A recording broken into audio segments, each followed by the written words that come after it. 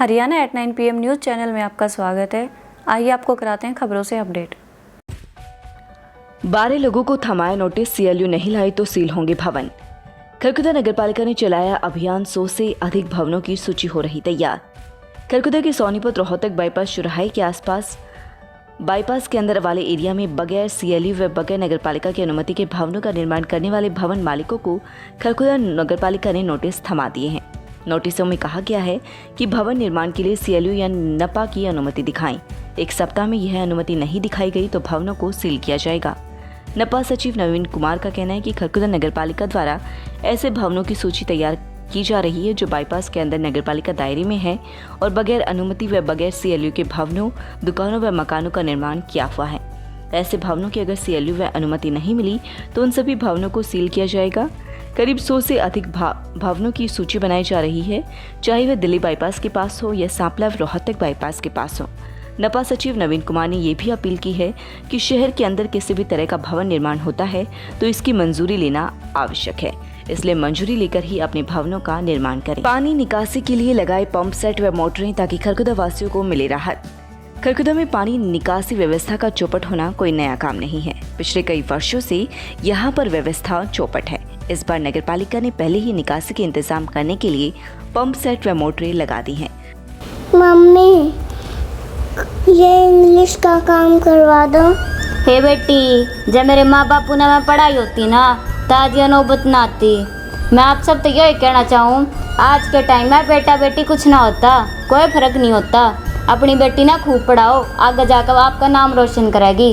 राम ताकि बरसाती पानी को साथ साथ शहर से बाहर किया जा सके। पानी निकासी की समस्या से अस्थायी तौर पर निजात दिलाने के लिए खरखुदा नगरपालिका ने Sonipat bypass, Delhi bypass, Rohtak road व बुचेश्वर तालाब पर मोटर व ट्रैक्टर से पंप सेट लगाकर पानी निकाला जा रहा है। इसके अतिरिक्त शहर के अन्य हिस्सों में जहां भी जल भराव की समस्या आएगी वहां पर भी पानी निकासी के लिए मोटर लगाने का विचार किया जा रहा है। खरखुदा शहर में पानी निकासी के पुख्ता इंतजाम न होने के कारण शहर के विभिन्न हिस्सों में पानी जमा हो जाता है, जिसके कारण हाल ही में हुई बारिश से विभिन्न सरकारी दफ्तरों में पानी पहुंच गया था। अब नगरपालिका ने 4 मुख्य स्थानों पर पंप सेट लगाकर पानी की निकासी की है, जिससे खरखुदा वासियों को राहत मिली है। नपा सचिव नवीन कुमार का कहना है कि पानी निकासी के लिए इंतजाम किए जा रहे हैं ताकि खरखुदा वासियों को राहत मिले। अपने पैसे मांगे तो बेरहमी से पीटा, पुलिस ने दर्ज किया मामला। रोहना गांव में एक युवक ने अपने उधार दिए हुए पैसे वापस मांगे तो उसकी बेरहमी से पिटाई कर दी गई। युवक को रोहतक पीजीआई दाखिल कराया गया है। पुलिस ने मामला दर्ज कर मामले की छानबीन शुरू कर दी है। रोहना गांव के रहने वाले युवक ने पुलिस को बताया कि वह खेती बाड़ी का काम किया करता है। 15 जुलाई को वह मंदिर के पास से अपने घर जा रहा था। उसी समय गांव का एक युवक गली में मिला और उसने कहा कि दुकान बंद है, उसके सामने बैठकर बातें करते हैं। वहां पर एक अन्य युवक पहले से ही बैठा हुआ था। उसने बताया कि उसने अपने 22,500 रुपये वापस मांगे तो दोनों युवकों ने उसे बेरहमी से पीटा। वहां पर पड़ी कांच की बोतलें उसकी आंख पर मार दी। आरोपी जाते जाते उसे मारने की धमकी देकर गए हैं। पुलिस ने मामला दर्ज कर लिया है। फेसबुक पर ऑनलाइन आकर गाली देने का आरोप, 6 के खिलाफ मामला दर्ज। खरखुदा के रोहना गांव के एक युवक ने पुलिस को शिकायत दी है कि गांव के 6 लड़कों ने उसे फेसबुक पर ऑनलाइन उसे मां बहन की गालियां दी हैं। पूरे गांव ने इस वीडियो को ऑनलाइन देखा है, जबकि उसका उन आरोपियों से किसी भी तरह का कोई झगड़ा नहीं है।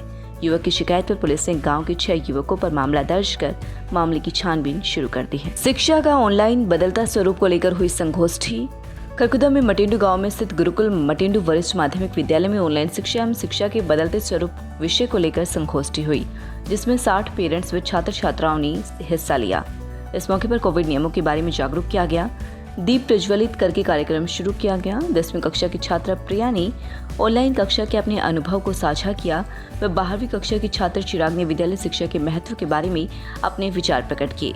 प्राचार्य ज्योति मलिक व चेयरमैन ब्रिगेडियर सत्यदेव ने सभी अभिभावकों व अतिथि गणों से अपील की है कि वे समय समय पर अपने फीडबैक दें ताकि आज के युवाओं और छात्रों में शिक्षा निरंतर प्रभावी ढंग से जारी रहे। इसके लिए कदम उठाए जा सकें। ब्रिगेडियर सत्यदेव ने कहा कि कोरोना अभी समाप्त नहीं हुआ है। छात्रों, अभिभावकों व स्कूल स्टाफ को सजगता से काम लेना है और सावधानियों के साथ आगे बढ़ना है। इस अवसर पर doctor OP Jakhar, doctor Manju, colonel RS Jakhar, Yashveer Shastri, master Anand सहित विभिन्न व्यक्ति उपस्थित रहे। जो अभिभावक आए हैं उनका मैं धन्यवाद देना चाहूँगा। मीटिंग में आए हैं। तो स्पीकर जो है रिटायर्ड प्रिंसिपल जसवीर जी, जो कि पुराने इस गुरुकुल के छात्र भी हैं। उन्होंने संबोधन किया, उनका धन्यवाद करना चाहूँगा। प्रोफेसर बलजीत जो रिटायर्ड गवर्नमेंट इसके प्रिंसिपल हैं, उन्होंने बड़ी मूल्यवान बातें की, उनका भी धन्यवाद करना चाहूँगा। कभी नहीं थे फीस भरने के भी पैसे, अब हरियाणा के किसान के बेटे को अमेजन में मिला 67 लाख का ऑफर। कहते हैं कि वक्त कभी एक जैसा नहीं रहता। एक वक्त पर जो रंग थे वो राजा बन जाते हैं और राजा को रंग बनते हुए देर नहीं लगती। लेकिन जो वक्त के सामने हार नहीं मानते, जिंदगी में वही लोग कामयाब होते हैं। आज हम आपको एक ऐसे ही शख्सियत के बारे में बताने जा रहे हैं जिनके पास कभी कॉलेज की फीस देने के लिए पैसों की कमी थी, लेकिन अब उसे अमेजन में 67 लाख रुपए का पैकेज मिला है। जी हाँ, हम बात कर रहे हैं हरियाणा के करेवड़ी गांव के अवनीश छिक्कारा की।